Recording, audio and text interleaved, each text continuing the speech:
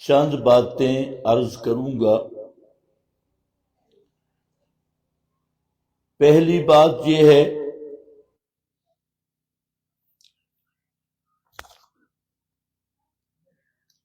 کہ آپ لوگ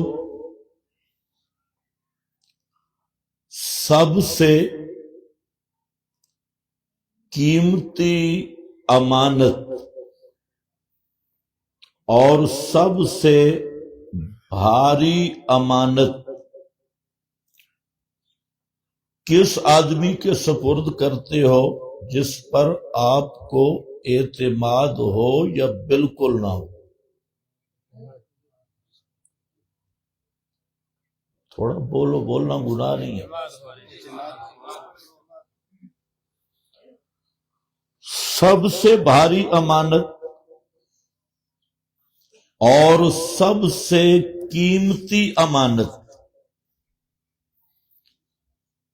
اس آدمی کے حوالے کرتے ہو جس پر آپ کو کامل اعتماد ہو۔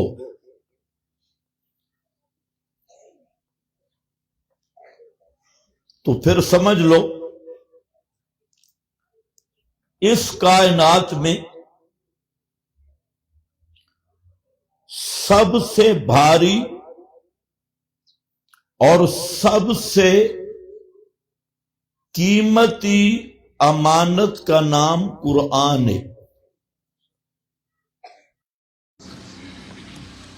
قرآن کریم سے بھاری امانت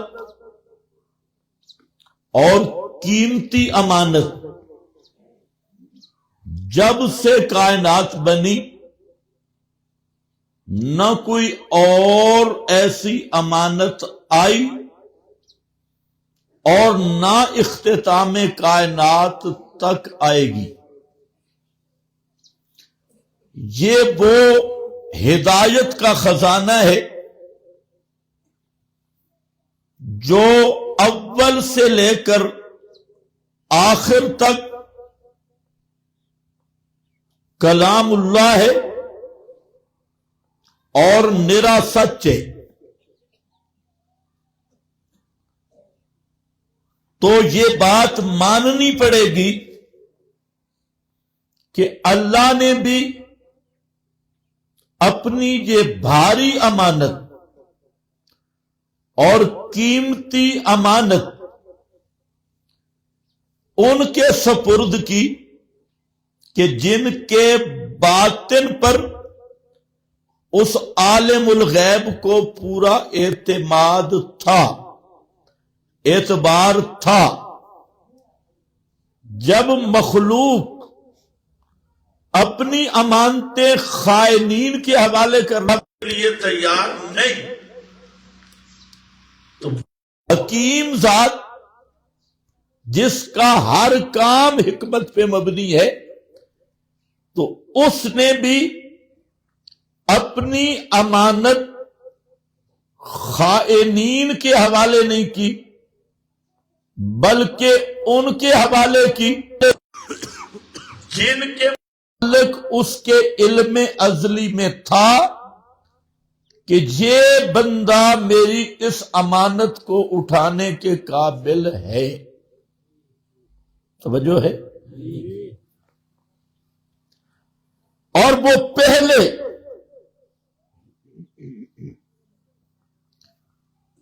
پہلی خوش نصیب ہستی حضرت محمد مصطفیٰ صلی اللہ علیہ وسلم جن کے سینے پر قرآن اترا،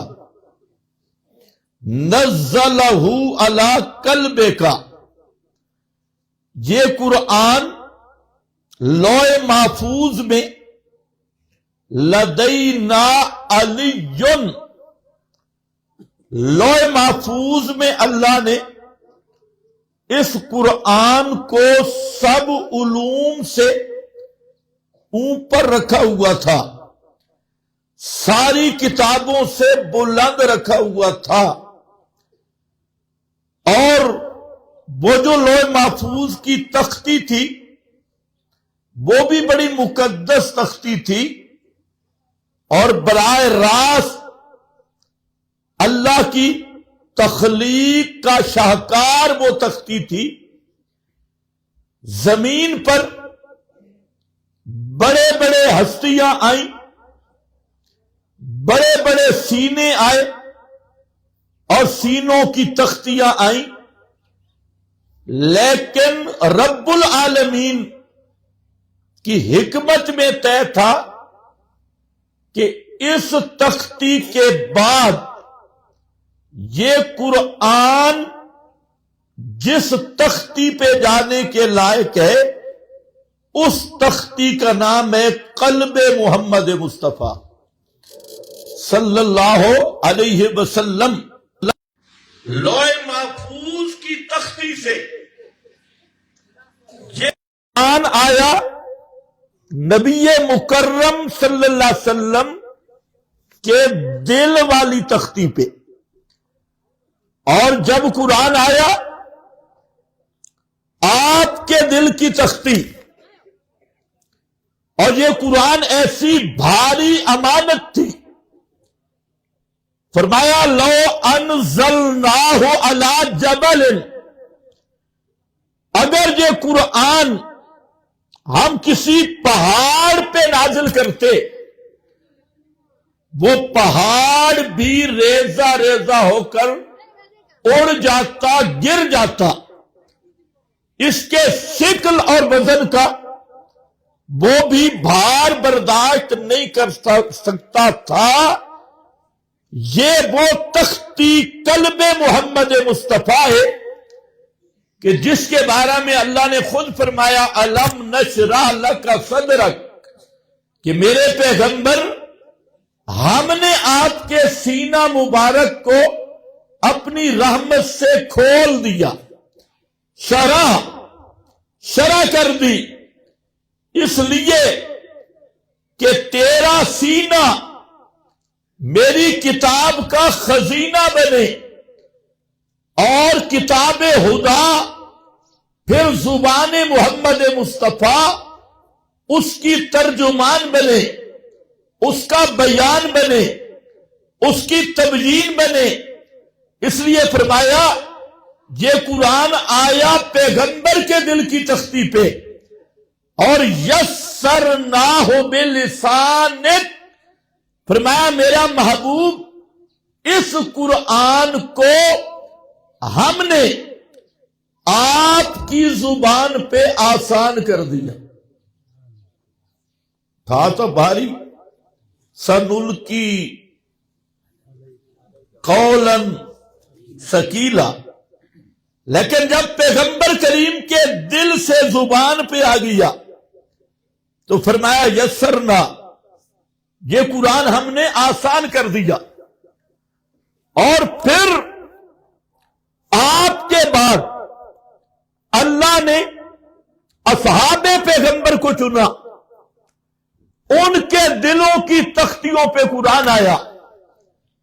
پیغمبر کریم یعلمہم الکتاب ویزکیہم، پیغمبر نے قرآن پڑھ پڑھ کے اصحاب پیغمبر کا تزکیہ کیا، اور اس قرآن کے اس آب حیات سے وہ قلوب مطہرہ وہ دھلتے گئے، صاف ہوتے گئے، حتیٰ کہ فرمایا اب وہ دل اس پوزیشن میں چلے گئے، ایسے پاک مقدس ہو گئے، کرہ الیکم الکفر والفسوق والعصیان، تین چیزوں کی گارنٹی مل گئی۔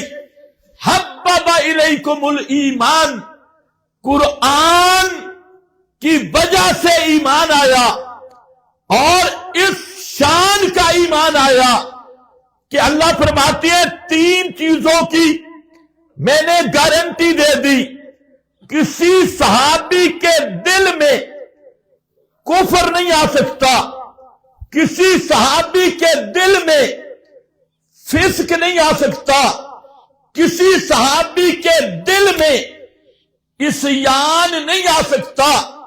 کر رہا الیکم الکفر والفسوق والعصیان، یہ تین چیزیں صحابی کے دل میں نہیں آ سکتی، آمدن قصدن کوئی ایک بھی نہیں آ سکتی، یہ گارنٹی دی۔ اور یہ ایک دو دن کے لیے نہیں، قرآن کے ساتھ جب تذکیہ ہوا فرمایا اولئک ھم الراشدون۔ تمہیں میرا خیال ہے میری بولی نہیں سمجھ آ رہی، پشتو شروع کروں۔ اولئک ھم الراشدون، رشدہ علماء سے پوچھ لو۔ راشدون ہدایت پہ صرف آئے نہیں، راشد کا معنی ہدایت پہ آنا نہیں ہوتا، راشد کا معنی الاستقامت علی الحق مع التسلم فی، حق پہ ایسا جم جانا، ایسے پک جانا کہ سورج اپنے محور سے ہٹ جائے، چاند اپنے مدار کو چھوڑ دے، زمین و آسمان اپنے دائروں سے نکل سکتے ہیں، لیکن محمد مصطفیٰ کا صحابی وہ ہدایت کی پٹڑی سے اتر نہیں سکتا۔ اولئک ھم الراشدون، یہ کیا تھا؟ یہ وہ امانت قلب محمد مصطفیٰ سے منتقل ہوئی، اصحاب رسول صلی اللہ علیہ وسلم کے قلوب اطہار پر۔ معلوم ہوتا ہے جیسے اللہ کو اپنے پیغمبر پہ اعتماد تھا، اسی طرح میرے رب کو نبی کے صحابہ پر بھی اعتماد تھا۔ توجہ ہے، توجہ ہے، یہ اپنی طرف سے نہیں کہہ رہا، پیغمبر کریم نے خود فرمایا ان اللہ اختار لی اصحابی، یہ جو صحابہ ہیں یہ آئے نہیں، یہ لائے گئے۔ اختار علی، یہ میرا چنے ہوئے بھی نہیں، میں نے بھی انہیں نہیں چنا، ان اللہ، ان کو میرے رب نے چنا ہے اور چن چن کر بھیجا ہے۔ یہ میرا انتخاب بھی نہیں، یہ رب کا انتخاب ہے۔ اور صحابہ کے بعد ابتدا صحابہ سے ہوئی، قیامت تک جن کے پاس قرآن کی امانت رہے گی وہ دل بھی اللہ کے منتخب کردہ دل ہوگی۔ توجہ ہے، اچھی طرح سمجھو۔ اس لیے فرمایا ثم اورثنا الکتاب الذین اصطفینا من عبادنا، اورثنا الکتاب، پھر ہم نے کتاب کے وارث بنایا۔ کن کو وارث بنایا؟ ہر ایک کو نہیں، تھے تو بڑے، لیکن کیا اصطفینا، فرمایا وہ ہمارے منتخب چنیدہ چنے ہوئے مصطفیٰ ہیں۔ یہ نغمہ ہر سال پہ گایا نہیں جاتا، ان کو میرے رب نے خود منتخب کیا۔ اصطفینا من عبادنا، عبادنا، میرے بندے تو بہت تھے لیکن جن کو کتاب کا وارث بنایا نا، ان بندوں سے ان کو چنا۔ معلوم ہوتا ہے ان پہ بھی میرے رب کو بولو اعتماد ہے، وہ تو عالم الغیب ہے، عالم الغیب ہے، ان کے دل بھی اللہ کے نزدیک پاک رہنے تھے۔ اعتماد کا یہی مطلب ہے جن کو کتاب اللہ کا وارث بنایا۔ اور یہ وراثت قسمت والوں کو ملتی ہے۔ آپ دیکھ لیں، یہ وراثت اس زمانے میں ملی ہے تو اشاعت التوحید و سنہ والوں کو ملی۔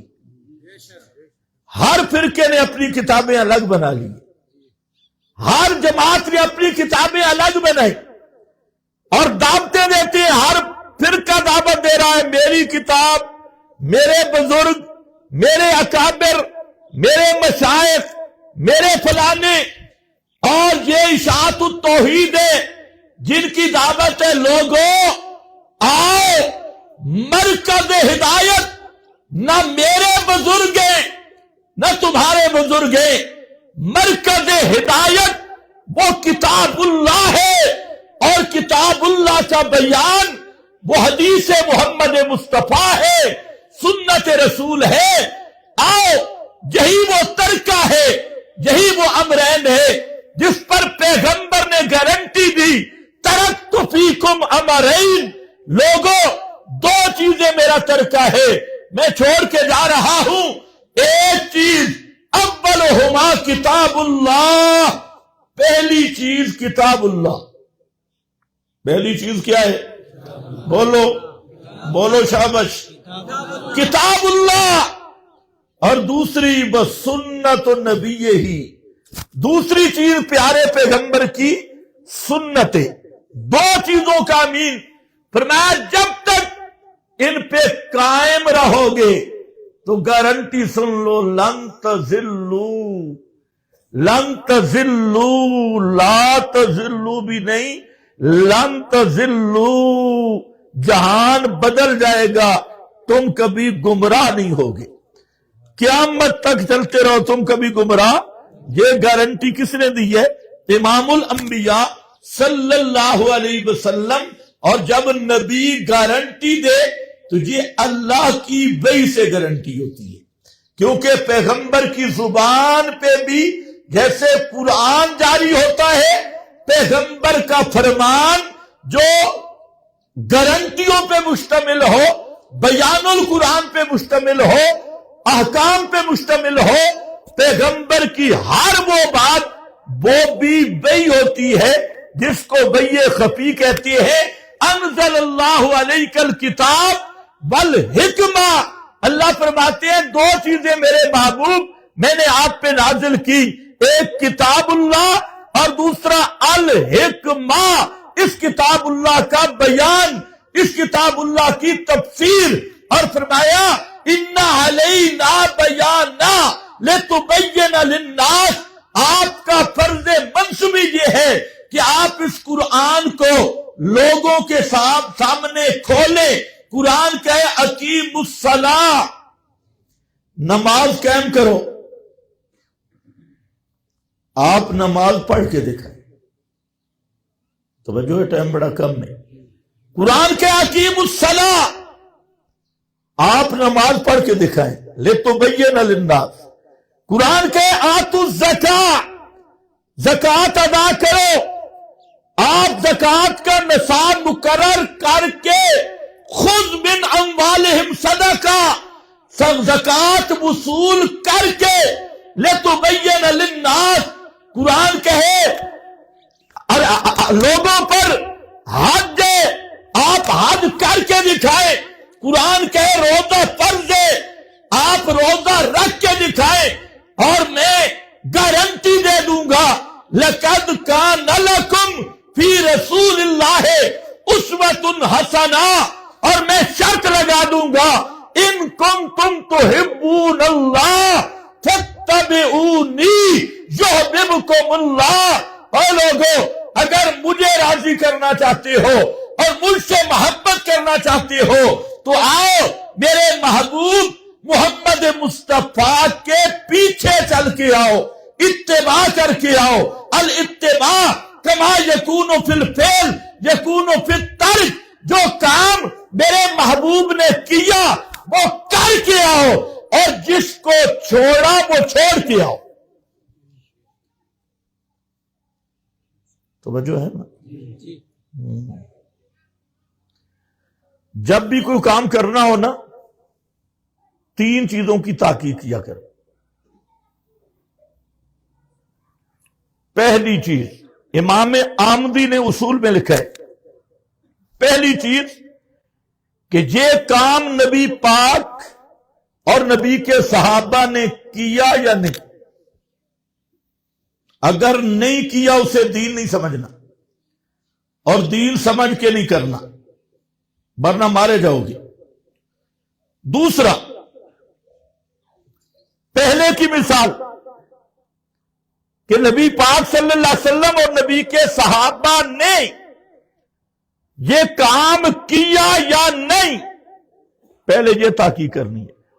آج تمہاری تحقیق الٹی ہے، ہر فرقہ کہتے ہیں میرے بزرگوں نے یہ کام کیا یا نہیں، میرے فلانے نے، اور الٹا پھر کہتے ہیں جی اکابر سے بد اعتمادی ہوتی ہے۔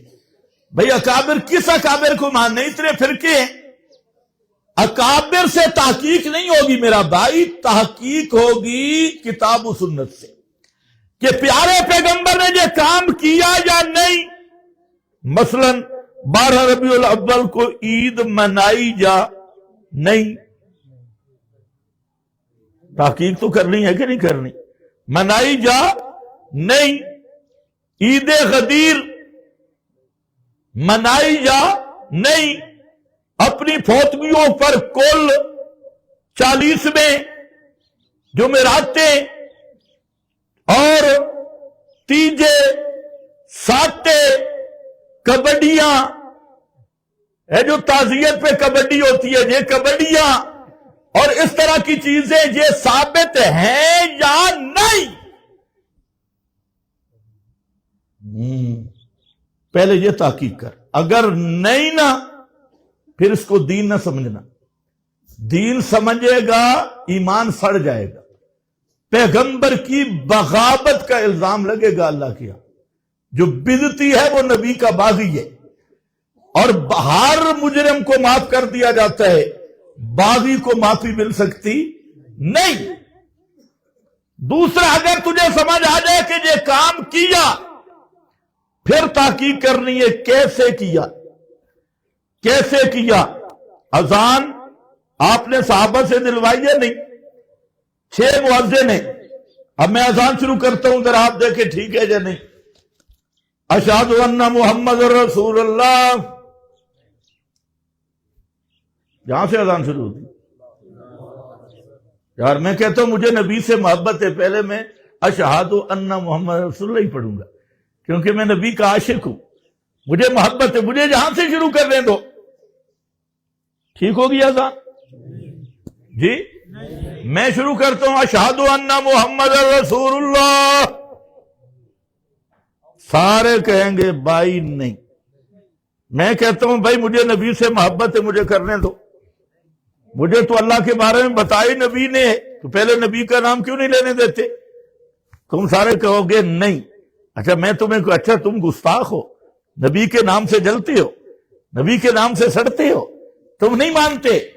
اور نہ میرا بھائی، پیغمبر سے محبت پیغمبر کی اتباع، آپ کی اتباع، وہ کام اس طرح کر جیسے میرے نبی نے کیا ہے۔ توجہ ہے؟ نماز میں شروع کر رہا ہوں، اللہ اکبر، اللہم صلی علی محمد وعلی آل محمد۔ کیا پڑھنا ہے جہاں؟ بولو بولو، ٹائم ختم ہے۔ تم درود کے منکر ہو بھائی، مجھے درود نہیں پڑھنے دیتے۔ مجھے محبت ہے میں درود پڑھوں، نہ میرا بھائی، یہ تیری خواہش پرستی ہے، یہ تیری بغاوت ہے، یہ محبت نہیں۔ وہ کام اس طرح کر جیسے میرے نبی سے ثابت ہے، اس کی حیات نہ بدل، اس کی شکل نہ بدل، اس کی ترتیب نہ بدل، اپنی برادری، اپنا مولوی پیر استاد اس کو درمیان میں نہ لانا۔ اور تیسری شرط ہے، وہ کام تجھے سمجھ آئے نہ آئے، تو اس لیے کر ان یکون لاجلہ، اس لیے کر کہ یہ کام میرے نبی نے کیا، یہ کام میرے نبی نے کیا۔ تجھے سمجھ آئے نہ آئے، وہاں پر عقلی گھوڑے دوڑانے کی ضرورت نہیں۔ فاروق اعظم حجر اسود پہ ڈنڈا رکھ دیا، حجر اسود کو سب چومتے ہیں، سبحان اللہ، لیکن یہ امیر المومنین ہے۔ فاروق اعظم حجر اسود پہ آتی ہیں، اپنا ڈنڈا رکھ کے کیا کہتی ہیں؟ فرماتی ہے انکا حجر، او حجر اسود،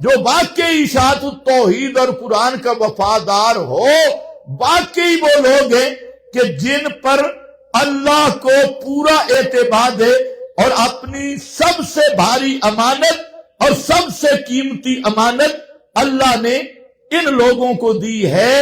اور آپ وہ خوش نصیب لوگ ہیں جو یہاں دورہ تفسیر پڑھنے کے لیے آئے، اور جو پڑھانے والے ہیں۔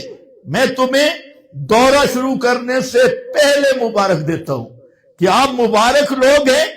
اللہ تعالی قرآن کی خدمت صحیح معنوں میں اس آدمی سے لیتا ہے جس کو اللہ منتخب کرتا ہے۔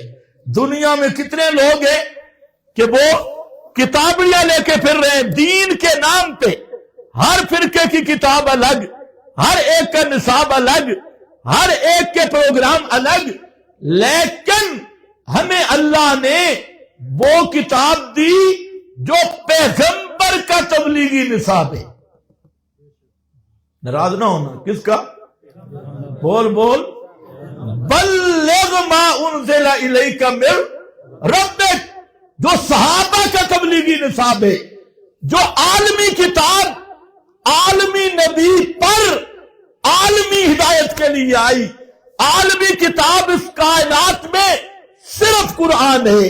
فرمایا شہر رمضان الذی انزل فیہ القرآن ھدی للناس، سارے عالموں کی ہدایت کے لیے قرآن آیا۔ عالمی نبی محمد مصطفیٰ صلی اللہ علیہ وسلم ہے۔ فرمایا میرا محبوب ہم نے قرآن دیا لِیَکُونَ لِلْعَالَمِینَ نَذِیرًا، تاکہ ساری کائنات کے لیے آپ نذیر بنے۔ بلغ ما انزل الیک من ربک، تبلیغ کا معنی ہوتا ہے صاف صاف بیان کرنا، پورا پورا بیان کرنا، قرآن بیان کرنا، صاف شفاف بیان کرنا، پورا پورا بیان کرنا۔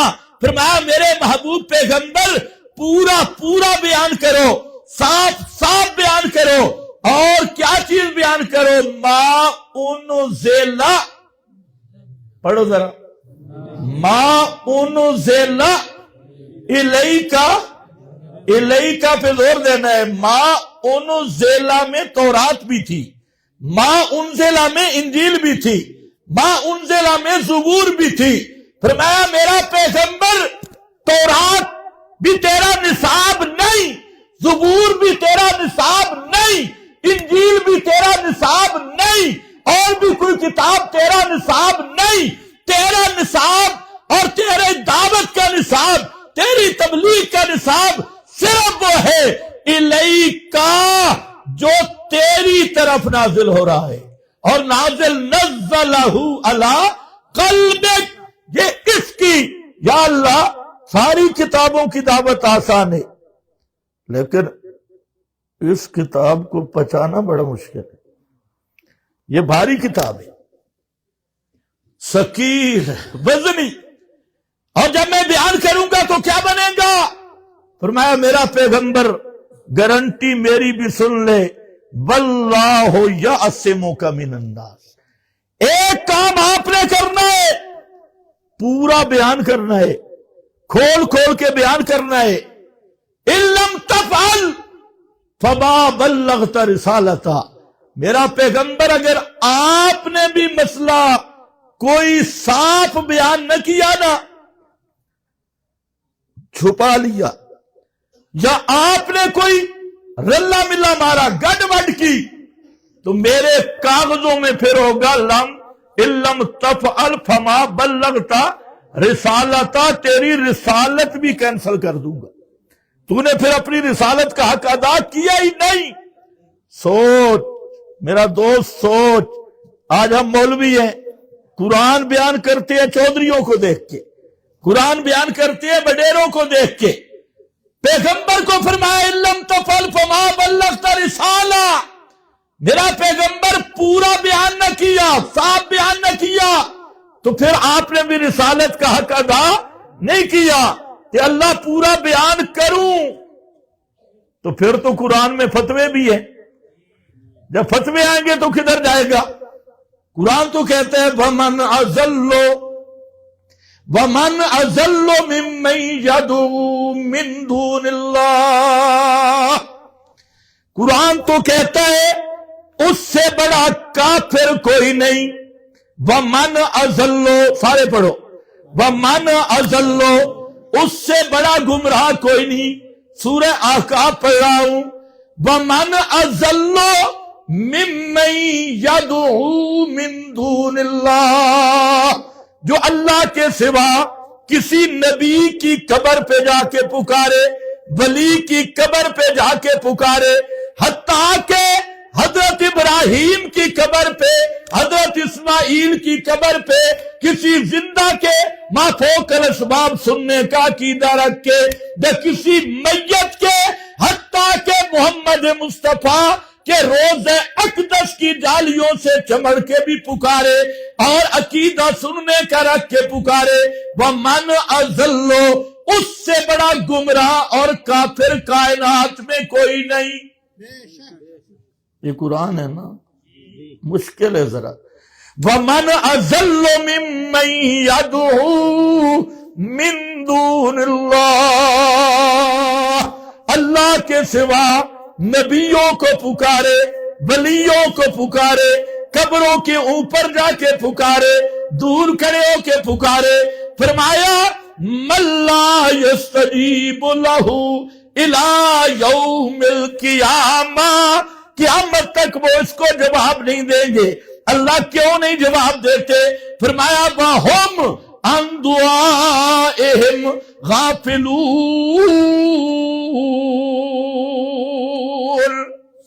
ان کو ان کے پکارنے کا پتہ ہی کوئی نہیں. قرآن سچ کہہ رہا ہے، اونچے بولو. یہ پیغمبر کا نصاب سچ کہہ رہا ہے کہ جن کو پکارتے ہو ان کو پکارنے کا علم بھی کوئی نہیں. دوسرے مقام پہ فرمایا وَالَّذِينَ تَدْعُونَ مِن دُونِهِ مَا يَمْلِكُونَ مِن قِطْمِيرٍ.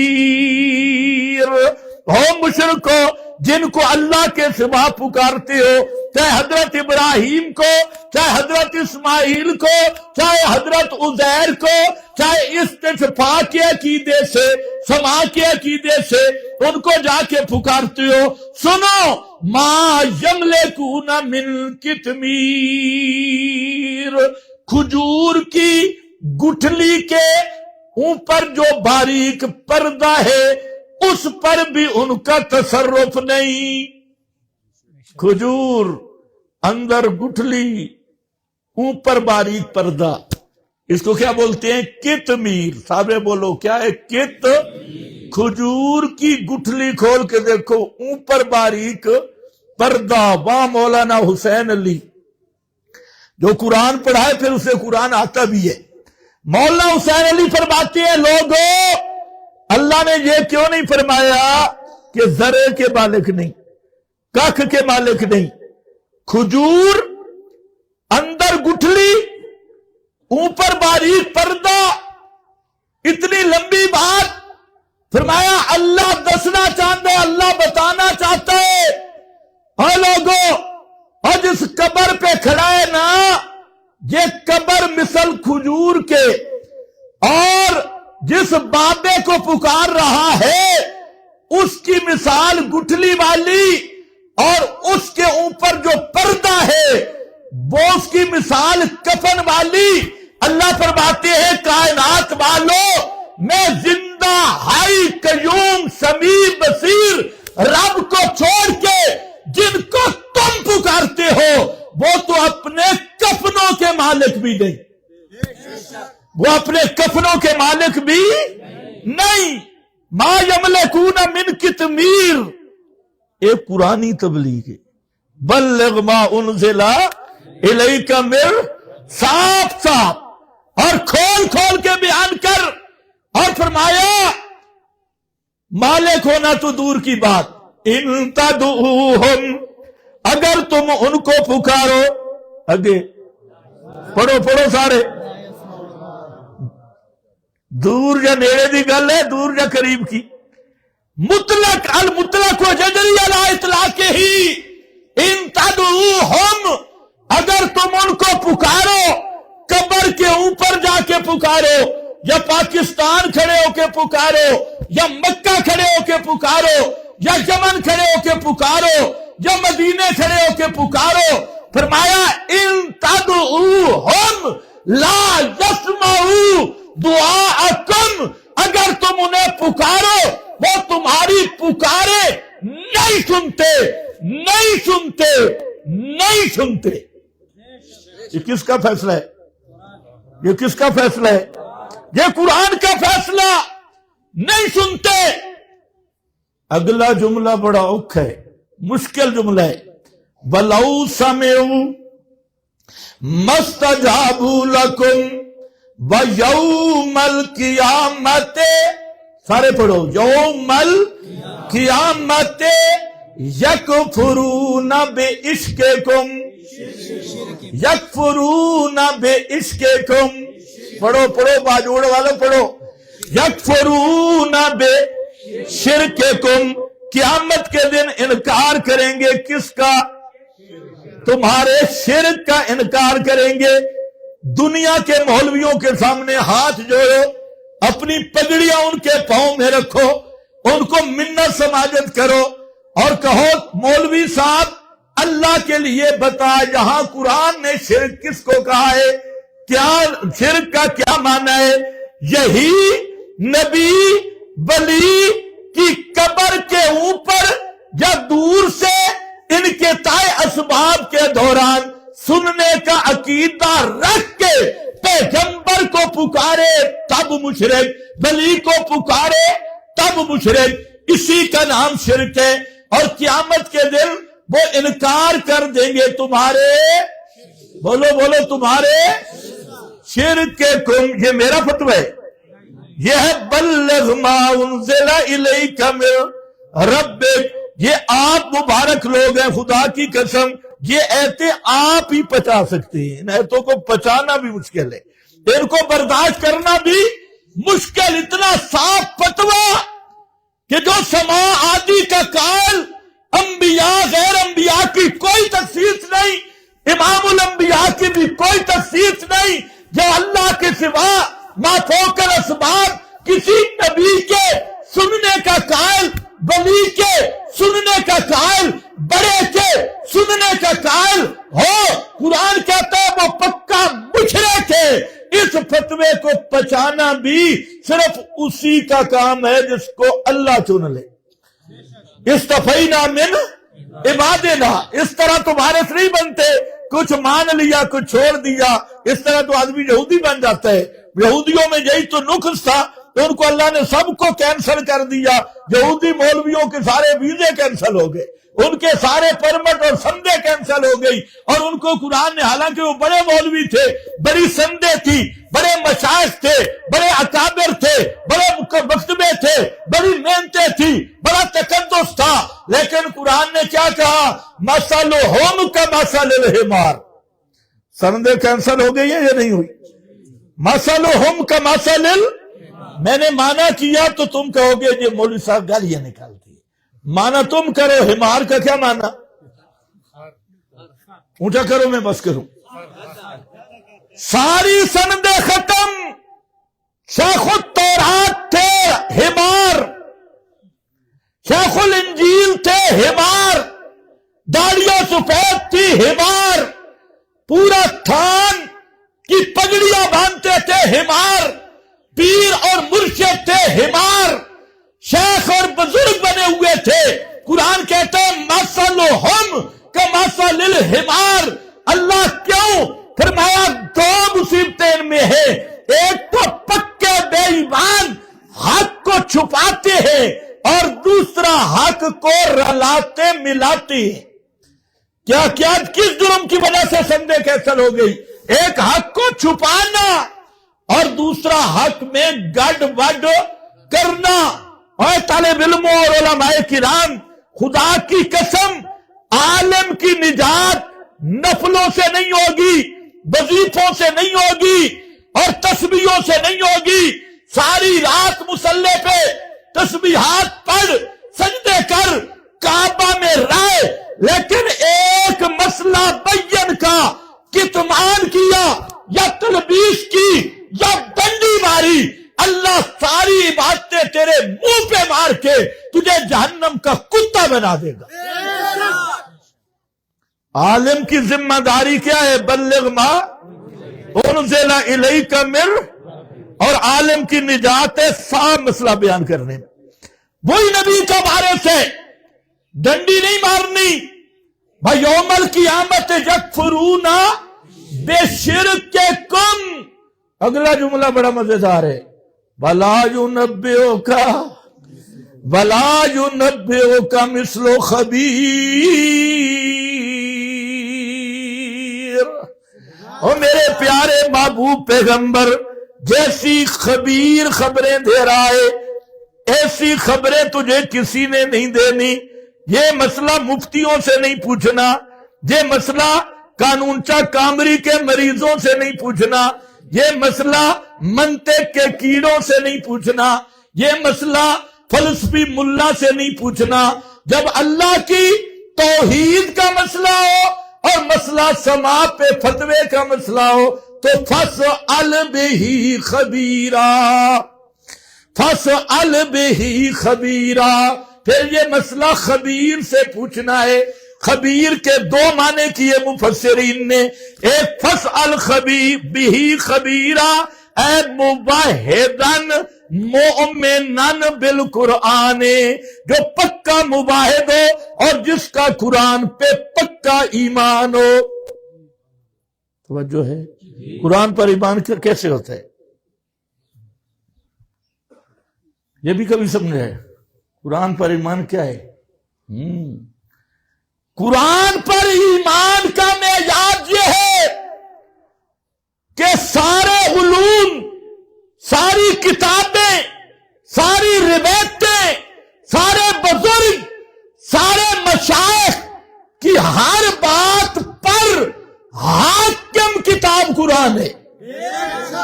جب تک یہ ایمان نہیں، دھوکے میں مر رہا ہے۔ روایات پہ بھی حاکم قرآن، مولویوں پہ بھی حاکم قرآن، حتیٰ کہ محمد مصطفیٰ صلی اللہ علیہ وسلم پر بھی حاکم کتاب اللہ ہے۔ اِنَّهُ لَذِكْرُ لَكَ وَلَكُمْ، فرمایا میرا پیغمبر تو پوری کائنات کا مزکی اور مرشد ہے، لیکن تیرا مرشد اور امام قرآن ہے۔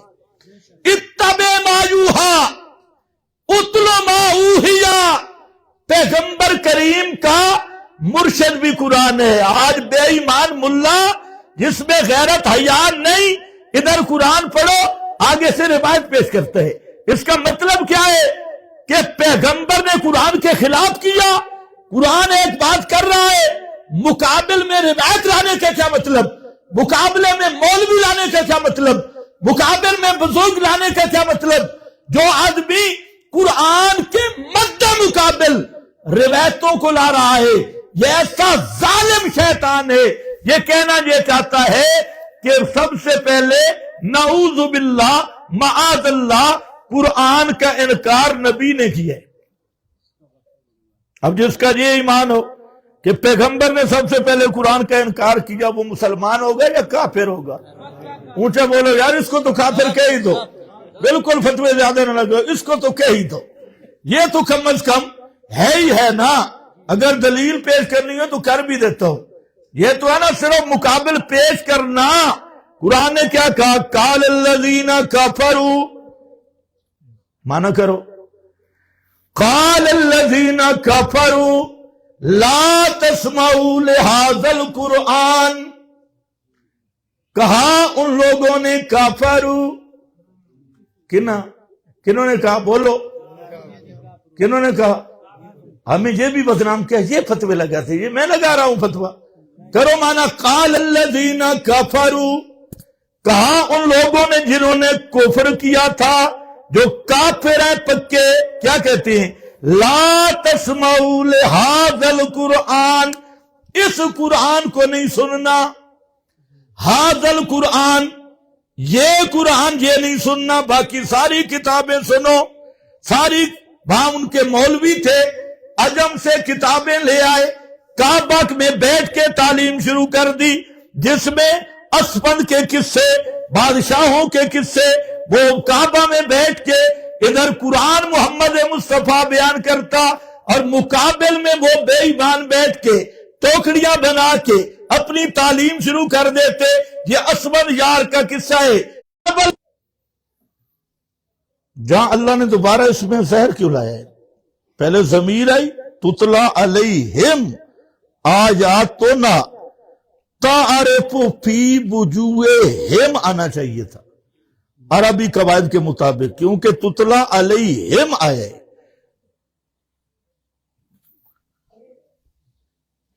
علامہ آلوسی نے جہاں نقطہ لکھا، فرمایا اللہ نے فتویٰ لگانے کے لیے اسم ظاہر لایا ہے، اور فرمایا کہ میرے قرآن کو سن کر صرف چہرہ بگڑ ہی جائے نہ گباری آئی جائے، حاجی ہے، نمازی ہے، سوپھوڑ ہے اور مسلح پاڑے اور آدھا گھنٹہ استنجوں پہ رہتا ہے، اللہ اللہ کر کے تھک گیا، لیکن قرآن سن کے چہرہ اتر گیا، بگڑ گیا، اللہ فرماتے ہیں میرے نزدیک یہ پکا کافر ہے، ساری دنیا کے مولوی سے مسلمان کہے۔ تعرف فی وجوہ الذین کفروا المنکر، منکر بلغ ما انزل الیک من ربک۔ یار کچھ کڑوی باتیں ہو گئی ہے، معذرت، لیکن یہ کرنا مجبوری ہے، دورہ تفسیر کا افتتاح ہے۔ اگر دورہ تفسیر میں ہی ایسی باتیں نہ ہوں طالب علموں کے سامنے تو پھر تلبیس اور کتمان کا عروج ہے، پھر ایسے دورہ تفسیر شروع کرنے کا بھی کوئی فائدہ نہیں، پڑھنے کا بھی کوئی فائدہ نہیں۔ دورہ تفسیر وہ ہو جو پیغمبری رنگ میں بیان ہونا چاہیے۔ کس رنگ میں؟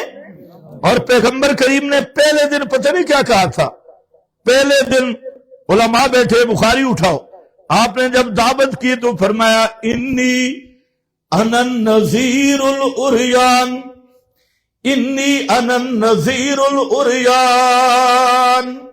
العریان، العریان میں معنی نہیں کر سکتا، کیا کروں؟ فرمایا میں کون ہوں؟ میں محمد مصطفیٰ بالکل کھول کے بتانے آیا ہوں، کوئی تلبیس نہیں، کوئی کتمان نہیں۔ پنجابی مانا ننگیاں چٹیاں گلاں کرن واسطے آیا، کھول کے بالکل ننگیاں گلاں تے کھلیاں گلاں، صاف باتیں اور صاف مضمون، اس لیے مجھ سے چھپتا کوئی نہیں۔ تو سن لو، فرمایا اللہ کے سوا جن کو پکارتے ہیں سمیع سمجھ کر، بصیر سمجھ کر، وہ کون ہے؟ وہ وما دعاء الکافرین، وما دعاء العاشقین یا کافرین ہے، وما دعاء الکافرین الا فی ضلال۔ میرا بھائی قرآن کریم یہ اللہ کی سب سے بڑی نعمت بھی ہے، امانت بھی ہے، یہ اللہ نے آپ کو عطا کی ہے۔ میں نے جو آیت پڑھی ہے اس میں اللہ نے دو چیزیں بیان کی، ایک قرآن کی عظمت بیان کی، بلکہ تین چیزیں بیان کی، ایک عظمت قرآن، دوسرا طریق قرآن، ترغیب ہے، اور تیسرا قرآن کا مرکزی دعویٰ، قرآن کی دعوت۔ پہلی چیز کتاب عظیم الشان کتاب، ترمیم تعظیم کی ہے، ھذا کتاب عظیم حقیق ان یقال ھو الکتاب، یہ کتاب کہلانے کی مستحق عظیم الشان کتاب۔ فرمایا اس سے بڑی شان والی کتاب نہیں۔ یا اللہ اتنی عظیم کتاب ہے، توجہ میری طرف، تین باتیں بس 2 منٹوں میں، اتنی عظیم کتاب، شان والی کتاب، تو سمجھ کیسے آئے گی؟ سوال ہے نا۔ اتنی عظیم کتابون، علماء تو جانتے ہیں التنوین للتعظیم، اور پھر کتابن، ھذا کتابن، یہ سب سے اونچی کتاب، عظیم کتاب، یا اللہ اتنی اونچی ہے، سمجھ کیسے آئے گی؟ فرمایا ہاں ہے تو بڑی شان والی، لیکن ہے ساری کتابوں سے آسان۔ ساری کتابوں سے بولو۔ ثم فرمایا احکمت آیاتہ، احکمت آیاتہ، جچی تلی آیات اس کی، مضبوط اور محکم ہے دلائل اس کے۔ آیات بمعنی دلائل تو مضبوط اور محکم ہے، آیات بمعنی احکام تو حاکم کتاب ہے ساری کتابوں سے پر۔ آیات بمعنی آیات الکتاب تو فصاحت بلاغت، مانوی حسن و صورت بلاغت میں یہ کامل کتاب، اور جچی تلی کتاب، پر از حکمت کتاب، قیامت تک کے لیے سب کے لیے نصاب۔ یہ نہیں کہ پتھر دور کی کتاب۔ آج کل کئی لبرل دجالی وہ کہتے ہیں آج کل پاکستان میں قرآن کا قانون نہیں چل سکتا، یہ پرانا قانون ہے، آج کل چلے گا بالکل، مچھا بھی نہیں تے داڑھی بھی نہیں، آج کل یہی چلیں گے، بالکل دجالی طاغوتی نظام۔ یہ احکمت آیاتہ، یہ محکم کتاب ہے، یعنی قیامت تک کے لیے تازہ کتاب ہے، اس کے لیے کوئی ناسخ نہیں، یہ خود ناسخ الکتب ہے، اور یہ خود حاکم ہے۔ قیامت تک دور جتنے بدل جائیں یہی کتاب کی ہدایت چلے گی، اسی کے احکام چلیں گے۔ اس نے جو پہلے دن احکام دیے یہ زندہ احکام ہے، تازہ کتاب ہے، قیامت تک کے لیے کتاب ہے۔ ثم فصلت، پھر ہے بھی مفصل، کوئی پہیلیاں بھی نہیں، بجھارتے بھی نہیں۔ بجھارتے سمجھتے ہو کہ نہیں؟ وہ چیز بتاؤ جس کے دن کو ایک منہ ہوتا ہے، رات کو 4 منہ ہوتی ہے۔ پہیلیاں، اغلوطات نہیں۔ فصلت، یہ کتاب ایسی ہے، 1 دوڑی 2 تے 2 دوڑے 4 کر کے مسئلہ بیان کرنے والی۔ فصلت آیاتہ، مولوی کی تقریر میں ہوتے ہیں اشارے کنائے، مولویوں کی تقریروں میں ہوتی ہے تلبیس کتمان، اور یہ کتاب بالکل کھول کھول کے بیان کرنے والی، جیسے پیغمبر نذیر العریان ہے، یہ کتاب الفرقان ہے، اور الفارق کو بین الحق والباطل، صاف صاف مسئلہ بیان کرنے والی۔ فصلت من لدن، کسی جہاں چپر لگانے کی بھی ضرورت نہیں، مفصل کتاب، کھلی کتاب۔ ادھر قرآن پڑھو، آگے سوال ہوتے ہیں ہمارے اکابر نے کیا کہا ہے، ہمارے بزرگوں نے کیا کہا ہے، یہ اس کی محتاج بھی نہیں۔ فصلت، مفصل، کھلی کھلی آیات، کیوں نہ ہوں من لدن حکیم خبیر، ہے کس کی طرف سے؟ حکیم، اس لیے احکمت، خبیر اس لیے فصلت۔ متکلم کا اثر ہوتا ہے کلام میں، اس کا متکلم حکیم ہے تو آیات احکمت، متکلم خبیر ہے تو آیات فصلت۔ وہ آئی قرآن اس لیے تاکہ تم سمجھو، یا اللہ یہ آیا کیوں، اس کی موٹی سی بات بتا دے۔ یہ قرآن کیا کیا مسئلے، کون سا مسئلہ لے کے آیا؟ فرمایا مسئلہ کیا ہے، سنو، اللہ تعبدو الا اللہ، مسئلہ یہی آیا ہے، اللہ تعبدو الا اللہ، بسم اللہ کی بات سے لے کے والناس کی سین تک اگر قرآن سنو گے تو یہی مسئلہ ہوگا کہ اللہ تعبدو۔ ہاں، اگر مولوی نے صرف نام شروع کر دی، دورے تفسیر کے نام پہ ترکیبیں شروع کر دی، دورے تفسیر کے نام پہ سیگے نکالنے شروع کر دیے، دورے تفسیر کے نام پہ ادھر قرآن پڑھا اور ادھر بتانا شروع کر دیے، میرے حضرت فرماتے ہیں، میرا صوفی فرماتا ہے۔ آج کل یہی ہوتا ہے، ادھر قرآن پڑھو نا، میرے استاد جی فرماتے ہیں، میرے فلانے فرماتے ہیں، پھر اس سے پوچھ تو کال اللہ پڑھ رہا ہے یا کالا استاد پڑھ رہا ہے؟ کیا چیز پڑھ رہا ہے؟ قرآن کو قرآن سمجھ کے پڑھ۔ مولانا حسین علی صاحب رحمہ اللہ کو ملا تھا بابا غلام رسول انی والے، یہ سارے مناطق کے امام تھے، گاڑی میں مل گئے۔ مولانا حسین علی صاحب نے کہا کہ مولوی صاحب مجھ سے قرآن پڑھ لے. بابے کو غصہ آیا. اس نے کہا 50 مرتبہ میں نے جلالین پڑھائی ہے, 50 مرتبہ بیضابی پڑھائی, اور اب تجھ سے میں قرآن پڑھوں؟ تو مولانا فرمانے لگے اللہ تجھ پہ راضی ہو, جلالین پڑھنے سے جلالین آتی ہے, قرآن نہیں آتا. بیضابی پڑھنے سے بیضابی آتی ہے, قرآن نہیں آتا. قرآن آتا ہے قرآن پڑھنے سے, بیضابی پڑھنے سے نہیں, جلالین پڑھنے سے نہیں. وہ بابا انی والا پرانا عالم تھا, حضرت نے گاڑی کے اندر اسے کہا کہ مجھ سے ذرا سن تو صحیح قرآن, ثواب ہوگا. حضرت نے جب بیان کرنا شروع کیا, گاڑی کے سفر کے اختتام پہ وہ مرید ہو گیا, اور اس نے اپنا درس چھوڑا اور مولانا حسین علی کا طالب علم بن کے بیٹھا اور قرآن پڑھے. قرآن کا چسکا ہی ایسا ہے. لیکن آج مصیبت یہ ہے, نام تو ہوتا ہے قرآن پڑھانے کا, اور ساتھ چل کوئی اور چیز رہی ہوتی ہے. فلانے نے فرمایا, فلانے نے فرمایا. او میرا بھائی, قرآن کے ساتھ کسی کو نہ ملا.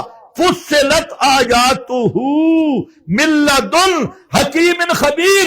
اور نشانی تجھے بتا دوں, قرآن یہ صرف کے سیغوں کے لیے نہیں آیا, قرآن نحویر کے اجرا کے لیے نہیں آیا, یہ قرآن علم معانی کے نکات کے لیے نہیں آیا, یہ قرآن صرف لسانیت کے اجرا کے لیے نہیں آیا. زبان میں ابو جہل تمہارے سارے مولویوں سے 100 نمبر آگے تھا. خدا کی قسم, اس کی زبان عربی تھی, مادری. ہم جتنی بھی عربی پہ محنت کریں نا, ہم چونکہ غیر عربی ہے تو جتنی مرضی محنت کر لیں, جب ہم بولتے ہیں ہمارے منہ سے غلطیاں نکلتی ہے, چاہے مرضی مہارت اندر ملکے پیدا ہو جائے, لیکن اس کی تو زبانی مادری عربی تھی. تو تمہارے جتنے مولوی 10 سال 19 سال عربیت میں محنت کراتے ہیں, یہ ابو جہل تک نہیں پہنچتے. ابو جہل ان سے فصیح بلیغ تھا, زبان اس کی عربی تھی. اس لیے قرآن ان چیزوں کے لیے نہیں آیا. قرآن کا مقصد کیا ہے؟ اللہ تعبدوا الا اللہ. اے کائنات والو, پکارے سننے والا کوئی نہیں اللہ کے سوا, حاجت روا کوئی نہیں اللہ کے سوا, مشکل کشا کوئی نہیں اللہ کے سوا, بگڑی بنانے والا کوئی نہیں اللہ کے سوا. عبادتیں کس کی, منت منوتی کس کی؟ بولو میں ختم کروں. منت منوتی کس کی, نظر نیاز کس کی, عبادت سجدے کس کے؟ اس لیے کہ پکاروں کو سننے والا اللہ, حاجتوں کو جاننے والا اللہ, سمیع اللہ, بصیر اللہ, علیم اللہ, قدیر اللہ. تو التحیات للہ والصلوات والطیبات ان صلاتی ونسکی ومحیای ومماتی للہ رب العالمین. سب کچھ, بدنی عبادت بھی للہ, زبان کی عبادت بھی للہ, مالی عبادت بھی للہ. قرآن یہی